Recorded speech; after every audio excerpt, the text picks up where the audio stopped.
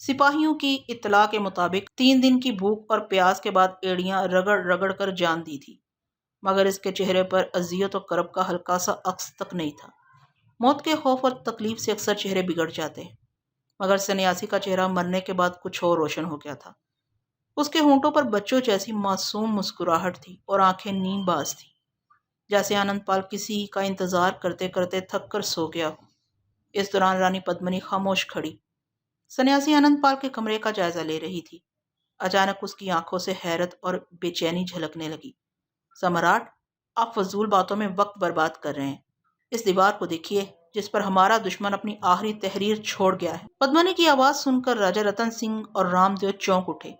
उनकी नजरें बेयक वक्त इस दीवार की तरफ उठ गई थीं जिधर रानी पद्मिनी इशारा कर रही थी। रामदेव ने बावाज़े बुलंद इस तहरीर को पढ़ना शुरू किया, जिसे सन्यासी अनंतपाल ने लोहे की किसी नोकीली चीज से दीवार पर नक्श किया था। मैं तुम्हारी इस दुनिया से बहुत दूर जा रहा हूँ, जिसमें हवस, जुल्म और झूठ के सिवा कुछ नहीं।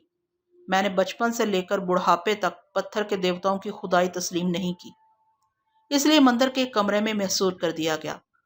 तुमने मुझे अछूत समझ लिया कि मैं राजा रतन सिंह का मातूब था और इस रियाकार मदारी के आगे अपने सरों को झुका दिया जिसका नाम रामदेव है। फिर इस वक्त मेरी जुबान काट दी गई जब मैंने सारे बुतों को छोड़कर एक अल्लाह की बंदगी इख्तियार कर ली। मैं दरवाजे दरवाजे फिरा कि तुम्हें इशारों में इस अजाब की खबर दूं जो किसी खूनी आंधी की तरह चित्तौड़ पर मंडला रहा है, मगर तुम बदनसीब थे कि अपने ही जैसे एक फानी इंसान के खौफ से घरों के कवाड़ बंद कर लिए। जब मकीन अपने मकानों का एक एक रोजन बंद कर दें तो फिर हयात बख्श ताज़ा हवा कहाँ से आएगी। मुझे मालूम है कि एक दिन स्या रस्म रिवाज के हबस में तुम्हारा दम घुट जाएगा। तुम्हारा एक जुर्म यह भी है कि तुमने मुझ पर पानी बंद कर दिया। कहने वाले कहेंगे कि मैं प्यास से मर गया, लेकिन ऐसा नहीं है। बेशुमार लोग इस तरह भी मरते हैं कि इनके मुंह में गंगा जल होता है, फिर पानी की क्या हैसियत है। मैं तो इस अल्लाह के हुक्म से फना हुआ जो अपनी ज़ात में तन्हा है।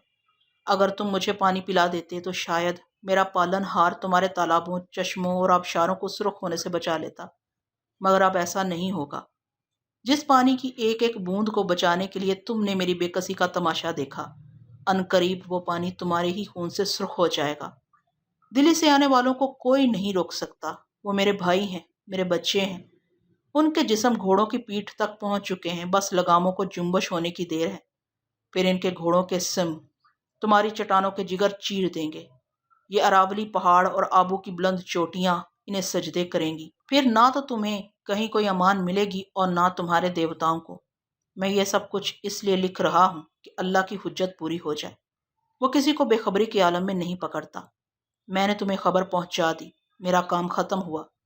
अब तुम्हारी जिम्मेदारी ये है कि अगर तुम में से कोई इधर आए तो राजा रतन सिंह तक मेरा ये पैगाम पहुंचा दे कि मैं हिंदू धर्म छोड़ चुका हूँ, इसलिए मुझे मरने के बाद आग के हवाले न किया जाए। राजपूत सम्राट को चाहिए कि वो मेरी लाश को घोड़े की पुस्त पर बांध कर दिल्ली रवाना कर दे। वहीं मेरे तमाम रिश्तेदार मौजूद हैं। वो मेरा अंतिम संस्कार अपनी मर्जी के मुताबिक कर लेंगे। अगर यह भी मुमकिन न हो तो फिर मेरा मुर्दा जिस्म राजदूत के सुपुर्द कर दिया जाए कि मजहबी रिश्ते से वो मेरा बेटा है। उसे मालूम है कि अल्लाह के मानने वालों को दुनिया से किस तरह रुखसत किया जाता है। फिर जब राजदूत मेरा बेरू जिस्म हासिल कर ले तो उसे लाजिम है कि वो कोहे आबू पर माई भानुमती के मंदिर के करीब मेरी लाश को ठिकाने लगा दे। और एक बाप की हैसियत से इस पर मेरा ये कर्ज है कि वो मेरे गुनाहों की बख्शिश के लिए अल्लाह से दुआ करता रहे। इसके बाद दीवार का कुछ हिस्सा खाली था। अंदाजन ऐसा महसूस होता था जैसे सन्यासी आनंदपाल ने ये इबारत अपने कदमों पर खड़े होकर तहरीर की है। फिर जब वह शदीद कमजोरी के बायस खड़ा ना रह सका तो जमीन पर बैठ गया और फिर इसने दोबारा लिखना शुरू कर दिया। मुझे जो कुछ कहना था कह चुका। फिर भी अहले चित्तौड़ को आखिरी हदायत देता हूँ कि अगर मेरी वसीयत से रुगर्दानी की गई और मेरे मुर्दा जिस्म को चिता पर रख कर जला दिया गया तो मैं नहीं जानता कि आसमान तुम्हारे साथ क्या सलूक करेगा। हो सकता है कि इस बड़े अजाब से पहले तुम पर एक और अजाब नाजिल हो जाए। इसके बाद इबारत ख़त्म हो गई थी, मगर सन्यासी ने 3 बार अल्लाह का नाम तहरीर किया था। 2 शक्लें मुकम्मल थी, मगर तीसरी मरतबा लफ्ज़ नामुकम्मल रह गया था और दरमियान से एक लकीर खींचती हुई नीचे की तरफ चली गई थी। ये इस बात की अलामत थी कि सन्यासी के हाथ बेजान हो चुके थे। लोहे का वो टुकड़ा भी वहीं फर्श पर पड़ा था जिससे इबारत दीवार पर कुनंदा की गई थी। खुद सन्यासी की लाश दरवाजे के करीब पड़ी थी। ऐसा लगता था कि आनंद पाल ने अपना आखिरी पैगाम या वसीयत लिखने से पहले दरवाज़ा बंद कर दिया था और फिर मरने से पहले वह ज़मीन पर खिसटता हुआ सीने के बल दरवाजे तक पहुंचा था और कबाड़ खोलकर दुनिया से रुखसत हो गया था। रामदेव ने सन्यासी की तहरीर पढ़कर राजा रतन सिंह और रानी पद्मिनी की जानब देखा। वो दोनों सकूत के आलम में खड़े थे और इनके चेहरों पर वहशत बरस रही थी। अब क्या होगा महाराज? राजा रतन सिंह ने लड़खड़ाती हुई आवाज में कहा। सन्यासी की लाश को आग के हवाले करें, देवताओं का कहर इसे फूंक कर रख देगा।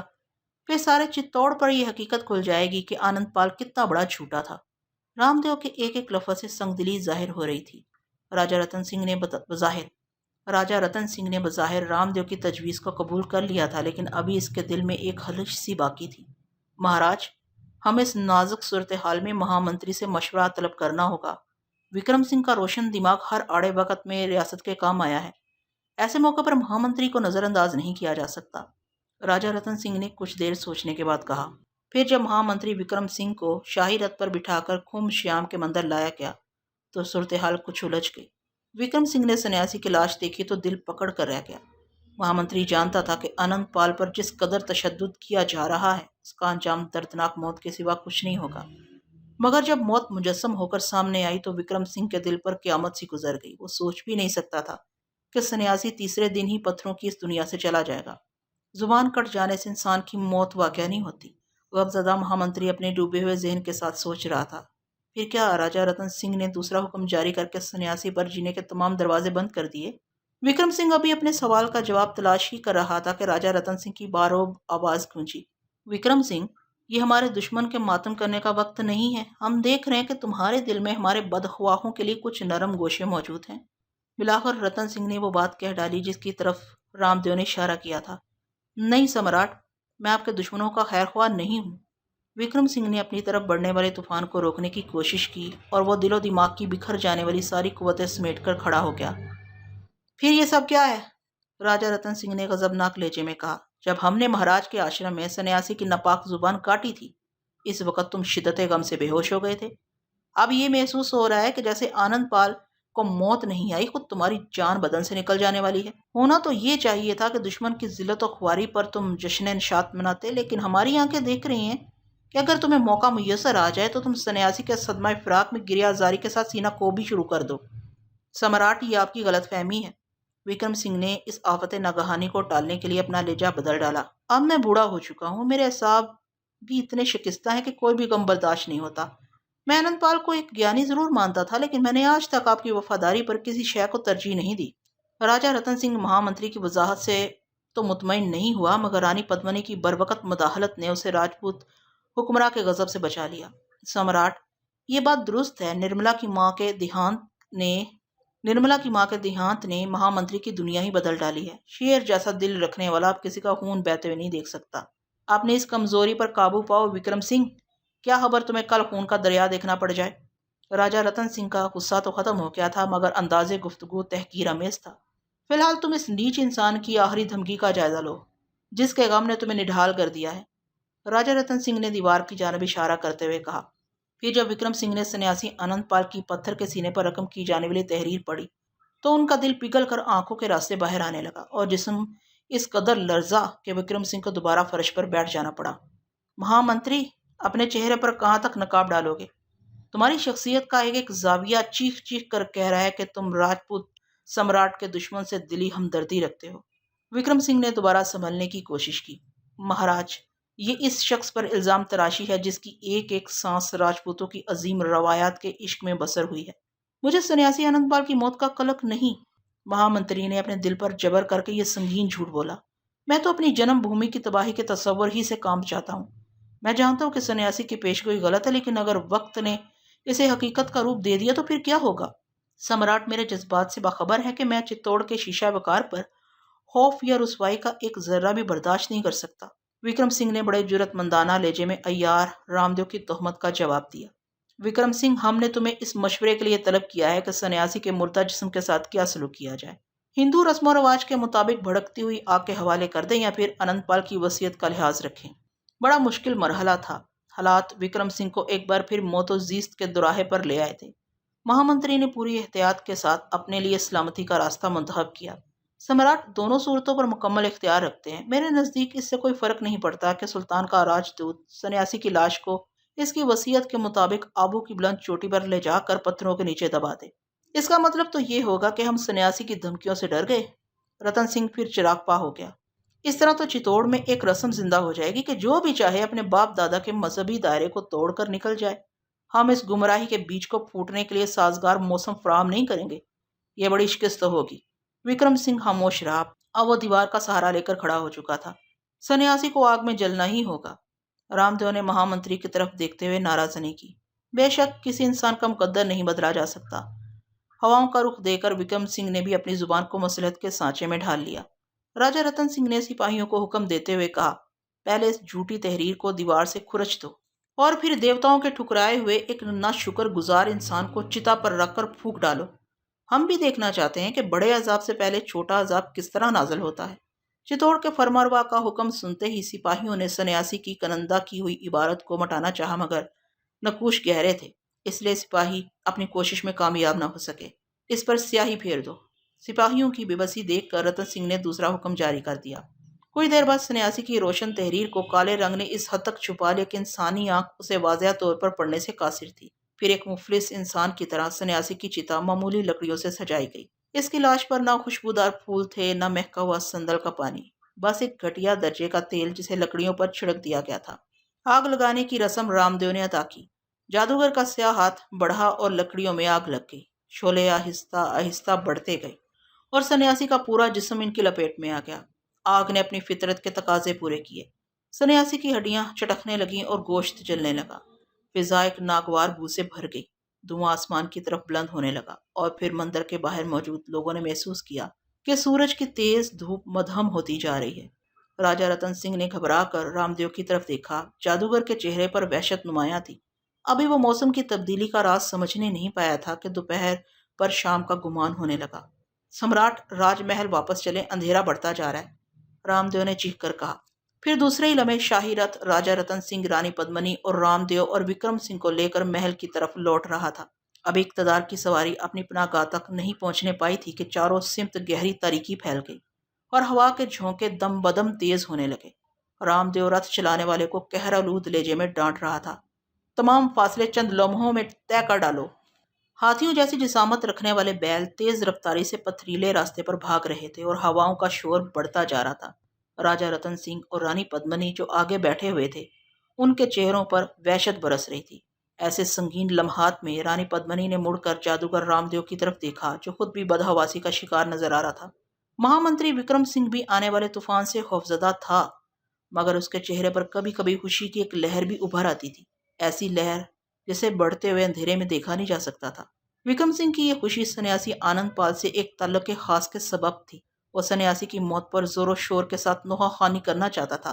उसकी ख्वाहिश थी कि जब आनंद पाल जैसे अजीम ज्ञानी का जनाजा उठे तो पूरा चित्तौड़ उमड़ आए, एक एक घर से आहो दिफा बुलंद हो, एक एक चिराग बुझा दिया जाए और फिर जब सन्यासी की चिता में आग लगे तो उसकी तपश से हर सीना जल उठे। मगर ये एक फ़रेब आरजू था, आसूदा तमन्नाओं का तिलस्म था, जिसे वक्त के बेरहम हाथों ने पारा पारा कर दिया था। सन्यासी जो पहले ही अरबाब इक़्तिदार का मातूब था, तब्दीली मजहब के बाद चित्तौड़ के हिंदुओं के लिए सबसे ज्यादा लानतज़दा इंसान बन गया था। काश ये अंधेरा इतना बढ़े कि रामदेव का पूरा वजूद तारीकी में गुम हो जाए और रतन सिंह चित्तौड़ की पहाड़ियों पर, गलियों में, कूचों में चीखता फिरे कि उसने एक महापुरुष को कत्ल कर दिया और ये तूफान इसी सरकशी का अंजाम है। विक्रम सिंह सोच रहा था और शाही रथ हवाओं से उलझता हुआ राजमहल की तरफ जा रहा था। रथ में बैठने वाले चारों अफराद को कई बार ऐसा महसूस हुआ जैसे तेज हवाएं बैलों के जमे हुए कदमों को उखाड़ फेंकेंगी और कीमती साजो सामान से रास्ता सवारी किसी गहरे खड्ड में जा गिरेगी। विक्रम सिंह सोच रहा था और शाही रथ हवाओं से उलझता हुआ राजमहल की तरफ जा रहा था। रथ में बैठने वाले चारों अफराद को कई बार ऐसा महसूस हुआ जैसे तेज हवाएं बैलों के जमे हुए कदमों को उखाड़ फेंकेंगी और कीमती साजो सामान से रास्ता सवारी किसी गहरे खड्ड में जा गिरेगी। मगर ये सिर्फ अंदेशे थे जो हवाओं के जोर को देखते हुए कायम किए गए थे। रथ कई बार लड़खड़ाया, रानी पद्मनी की चीखें उभरी और राजा रतन सिंह की जुबान से दुआया कलमात अदा हुए और रामदेव के नारे गूंजे, जय जगदम्बे। सब अपने अपने अंदाज में चीख रहे थे, मगर विक्रम सिंह इंतहाई सुकून की हालत में बैठा था। उसकी तो ख्वाहिश ही यही थी कि भयानक तूफान आए और आनंद पाल की सच्चाइयां तमाम चित्तौड़ वालों पर जाहिर हो जाएं। फिर किसी न किसी तरह शाही रथ राजमहल के दरवाजे में दाखिल हो गया।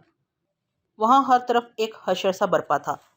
नशा इक़्तिदार में गर्क रहने वाले लोग चीख चीख कर अपने देवताओं को पुकार रहे थे और इनसे मदद मांग रहे थे। कोई ब्रह्मा को आवाज दे रहा था, कोई शिव का नाम ले रहा था, किसी की जुबान पर शंकर का जिक्र था, किसी को कृष्ण की जरूरत थी, कोई राम का तलबगार था, कोई हनुमान के सामने दामन फैलाए हुए खड़ा था और किसी ने कहर की देवी दुर्गा के आगे सर झुका दिया था। मगर हवा के झोंकों की शिद्दत बढ़ती ही जा रही थी। पूरे चित्तौड़ पर ऐसा घोर अंधेरा छाया हुआ था कि इसके मुकाबल अमावस की रात भी हेज थी। हाथ को हाथ सुझाई नहीं दे रहा था। महल के हर कमरे में फानूस जला दिए गए थे और काफूरी शमें रोशन कर दी गई थी, मगर फिर भी हर शय धुंधली नजर आ रही थी। महल से बाहर गरीब अवाम की बस्तियों पर कैसी तारीकी छाई हुई थी, इसका अंदाजा किसी को नहीं था। राजा रतन सिंह, रानी पद्मनी, रामदेव और महामंत्री विक्रम सिंह दरबार हास में दाखिल हुए तो चित्तौड़ के उमरा और सरदार हैरानो परेशान खड़े थे। मसल्ला मुहाफिज सिपाहियों के चेहरों पर अनजाने खौफ की जर्दी छाई हुई थी। राजा रतन सिंह ने अपने दरबारियों को होशो हवास में रहने की तलकीन की, मगर राजपूत सरदारों पर इन बातों का कोई असर नहीं हुआ।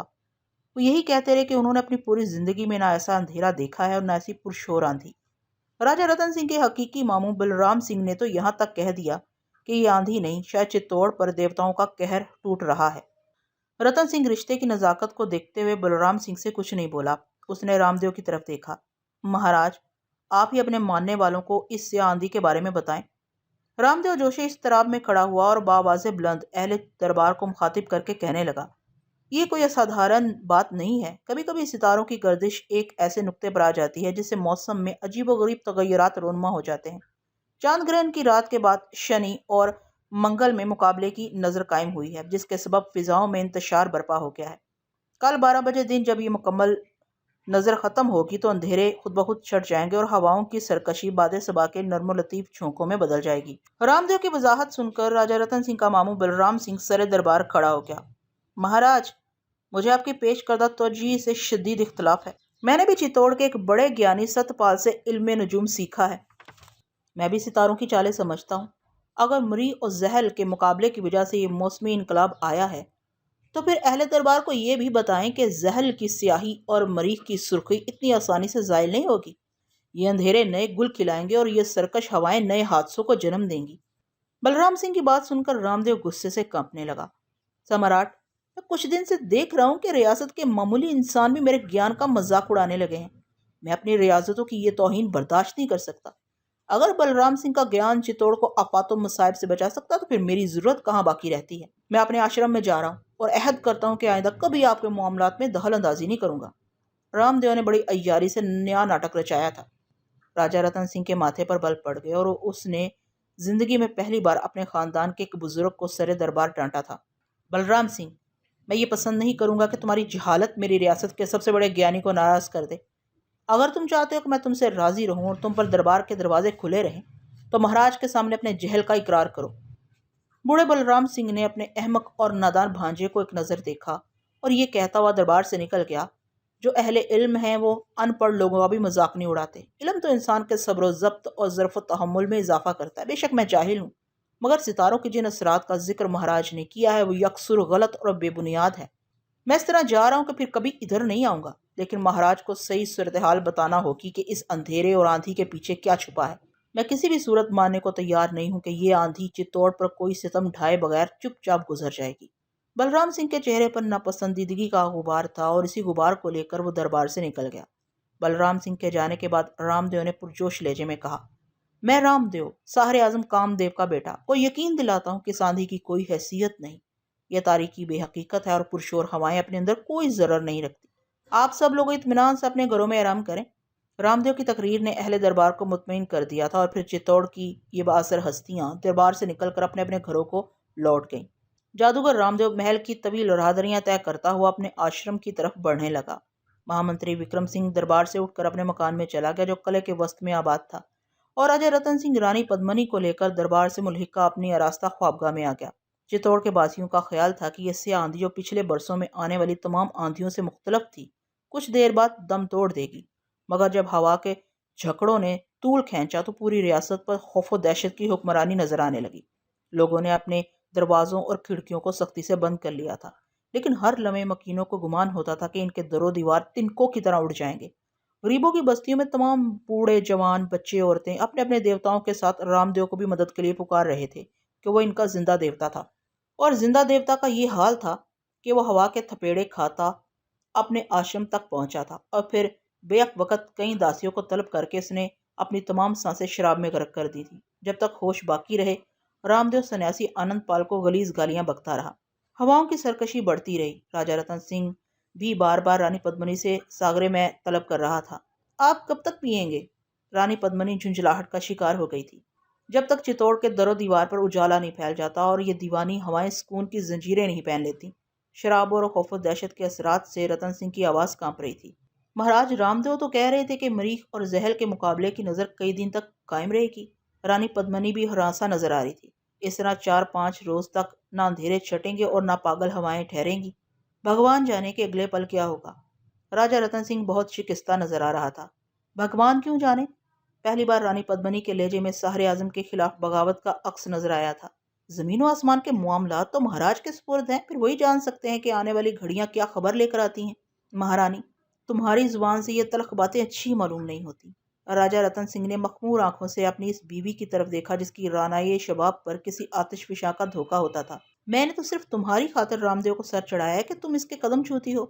रानी पद्मिनी संभल गई कि इसी की वजह से रामदेव को राज दरबार में गलबा हासिल हुआ था।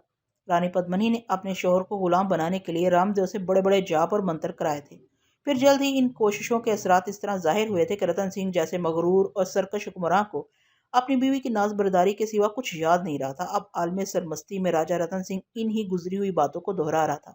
मेरा ये मकसद हरगिज नहीं कि मुझे महाराज के ज्ञान पर कोई एतराज है। रानी पद्मिनी ने किसी बाहोश शायर की तरह नई चाल चली। मेरा मतलब यह है कि आप महाराज रामदेव को बुलाएं और इनसे कहें कि अपनी शक्तियों के जरिए इस खौफनाक फिजा को बदल डालें। महारानी, मैं बड़े दुख के साथ ये बात कह रहा हूँ कि महाराज कुछ नहीं कर सकते। राजा रतन सिंह की आवाज़ बदस्तूर लर्ज रही थी। पहले हमें सन्यासी की बात पर यकीन नहीं आया था, मगर अब महसूस होता है जैसे आनंद पाल सच कहता था। कौन सी बात? रानी पद्मिनी ने चौंकते हुए पूछा। यही कि चांद ग्रहण की रात महाराज रामदेव अफरीदी पर मंत्र आजमाते हुए अपने खाद से महरूम हो गए थे और फिर इनका वो हाथ इसी वक्त मुतहरक हो सका था जब उन्होंने राजदूत के कदम छुए थे। चित्तौड़ का साहरे आजम अपने ज्ञान की शक्तियों से सुल्तान के खुफिया पैगाम को न पढ़ सका, फिर वो आसमान पर होने वाले फैसलों को किस तरह रोकेगा? ये कहकर राजा रतन सिंह मायूस नजरों से रानी पद्मिनी की तरफ देखने लगा। सम्राट, धीरज धरे। अगर आपने इस वक्त होशो हवास गंवाए तो फिर राजपूतों की अजीम शान सल्तनत का क्या होगा? आप महाराज को तलब तो करें, वही कोई उपाय सोचेंगे। आखिर वो साहरे आजम हैं। उनके तरकश में दुश्मनों के लिए अब भी कोई ना कोई जहरीला तीर मौजूद होगा। तुम ये कोशिश भी कर देखो। मुझे तो शराब की एक बूंद के बराबर भी तवक्को नहीं कि महाराज कुछ कर सकेंगे। रतन सिंह की जुबान बुरी तरह लड़खड़ा रही थी। फिर जब रानी पद्मिनी ने एक पहरेदार सिपाही के जरिए रामदेव को तलब किया तो उसे मायूसी के सिवा कुछ नहीं मिला। सिपाही बहुत देर में जख्मी हालत में नाकाम वापस आया था। उसकी आंखों से गर्दो गुबार के सबब पानी बह रहा था और जिस्म पर जगह जगह जख्मों के निशान थे। अभी जाकर महामंत्री विक्रम सिंह को इत्तला दे के इन्हें महारानी याद कर रही है।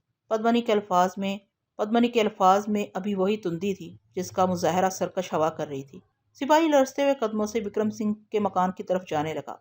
ऐन इसी वक्त महामंत्री अपनी बेटी निर्मला से पुरजोश लहजे में कह रहा था, मेरा सन्यासी सच्चा ठहरा। अगर चित्तौड़ पर यह अजाब नाजिल न होता तो आनंद पाल झूठा करार पाता और मेरी तमाम उम्र की अकीदत रायगा जाती। क्या आप इस आंधी को सन्यासी के शराब का नतीजा समझते हैं? निर्मला ने हैरान होते हुए कहा। यकीनन। सन्यासी ने यही लिखा था कि अगर इसकी लाश को जलाया गया तो कहरे अजीम से पहले चित्तौड़ पर एक और अजाब नाजिल होगा। गौर से देखो, यह अजाब नहीं तो और क्या है? पिताजी, आप इस अजाब से खुश हैं? निर्मला ने अपने बाप से एक अजीब सा सवाल कर दिया था। नहीं, मैं अपने वतन और कौम की तबाही पर खुश नहीं हूँ, मगर मैं तुम्हें कैसे बताऊं कि तुमने सन्यासी की दर्दनाक मौत अपनी आंखों से नहीं देखी। बेटी, तुम नहीं जानती वो कैसी प्यास लेकर दुनिया से रुखसत हुआ है। ये कहते कहते विक्रम सिंह रोने लगा और फिर इसने आहुजारी के साथ वो दास्तान अलम सुनाई जो सन्यासी अनंत पाल ने खुम श्याम के मंदिर की दीवार पर तहरीर की थी। ये वाकया इस कदर असर अंगेज था कि निर्मला की आंखें भी नम हो गईं। अभी वो अपने मेहरबान बाप से मजीद कुछ दरियाफ्त करना चाहती थी कि दरवाजे पर दस्तक सुनाई दी। विक्रम सिंह ने बाहर आकर देखा तो इसका मुलाजमे खास राजा रतन सिंह का हुक्म सुना रहा था। महामंत्री ने पलटकर निर्मला को सूरत हाल से आगाह किया और तसल्ली दी कि उसे फिक्रमंद होने की जरूरत नहीं। आज तो सितमगरों और हवसकारों के हिसाब का दिन है। वह जिनके दिल बेदाग हैं और जिनके हाथ साफ हैं, इन्हें आज किसी गम का सामना नहीं करना पड़ेगा। ये कहकर विक्रम सिंह अपने मकान से रुखसत हुआ और एक मुख्तसर सा फासला तय करके राजा रतन सिंह की हिलवत हास में दाखिल हो गया। महामंत्री ने मदबाना सलाम पेश करके चित्तौड़ के हुक्मरानों को अपनी आमद का एहसास दिलाया। रतन सिंह ने बामुश्किल तमाम अपनी बंद होती हुई आंखों को खोला और हाथ के इशारे से महामंत्री को अपने करीब बैठ जाने के लिए कहा। विक्रम सिंह, ये क्या हो रहा है? सम्राट, मैं कुछ नहीं जानता। विक्रम सिंह का लहजा बेनियाजाना था। ना मुझे सितारों की चाल का इल्म है, ना मैं जादूगरी का हुनर जानता हूँ। महाराज रामदेव आसमानों की भी खबर रखते हैं और जमीनों की भी। विक्रम सिंह ने बड़ी जहानत से अपने तंज के नश्तर रामदेव के तवाना जिस्म में उतार दिए थे। महाराज का जिक्र ना करो कि वो आश्रम का दरवाजा बंद किए किसी जाप में गर्क होंगे, मगर ये सरकश हवाएं इनके मंत्रों की जंजीर से गिरफ्तार होने वाली नहीं। कसरत खुमार और शिद्दत खौफ से रतन सिंह की आवाज लड़खड़ा रही थी। हमें सन्यासी के जिस्म को आफरीदी के हवाले कर देना चाहिए था। विक्रम सिंह के जवाब देने से पहले रानी पद्मनी बोल उठी। सम्राट ने जो कुछ किया ठीक किया। मेरी जिल्लत और रुसवाई की पेशगोई करने वाले का अंजाम इतना ही इबरतनाक होना चाहिए था। ये सूरत हाल देखकर विक्रम सिंह ने अपने लहजे को वक्त की जरूरत और मसलहत के सांचे में ढाल लिया।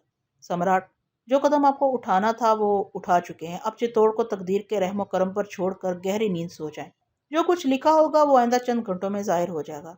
अभी हम फैसला नहीं कर सकते कि ये आदि सन्यासी के पेशगोई का नतीजा है या बकौल महाराज मरीह और जहर के मुकाबले का अंजाम।